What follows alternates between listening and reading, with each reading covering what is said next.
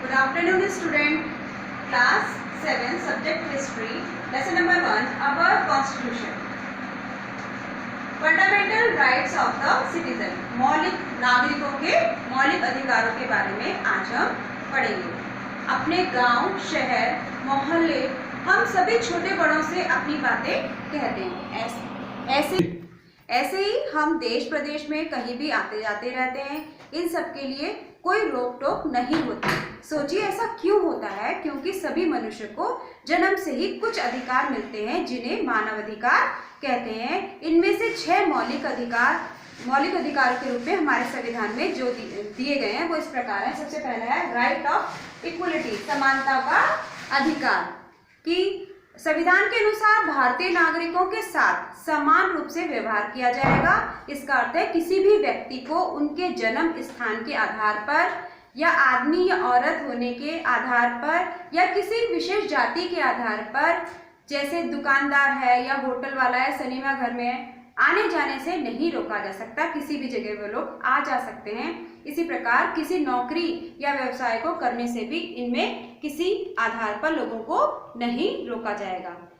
दूसरा है इसमें राइट ऑफ फ्रीडम, यानी कि स्वतंत्रता का अधिकार।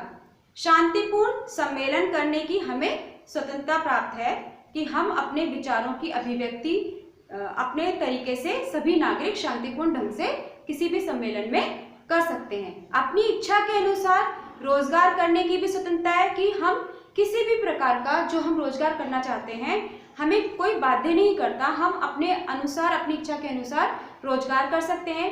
भारत में कहीं भी बसने की स्वतंत्रता, हम पे कोई पाबंदी नहीं है कि आज हम उत्तर प्रदेश में हैं तो हमें सिर्फ उत्तर प्रदेश में ही बसना है। हम उत्तर प्रदेश के या देश के किसी भी राज्य में जाकर बस सकते हैं। भारत में कहीं भी आने जाने की स्वतंत्रता, हम पर किसी भी प्रकार की कोई प्रतिबंध नहीं है कि हम उत्तर प्रदेश से राजस्थान या दिल्ली, हम कहीं पर भी आ जा सकते हैं। हम पे किसी भी प्रकार की पाबंदी नहीं है। समिति बनाने में और सभा करने की भी स्वतंत्रता है।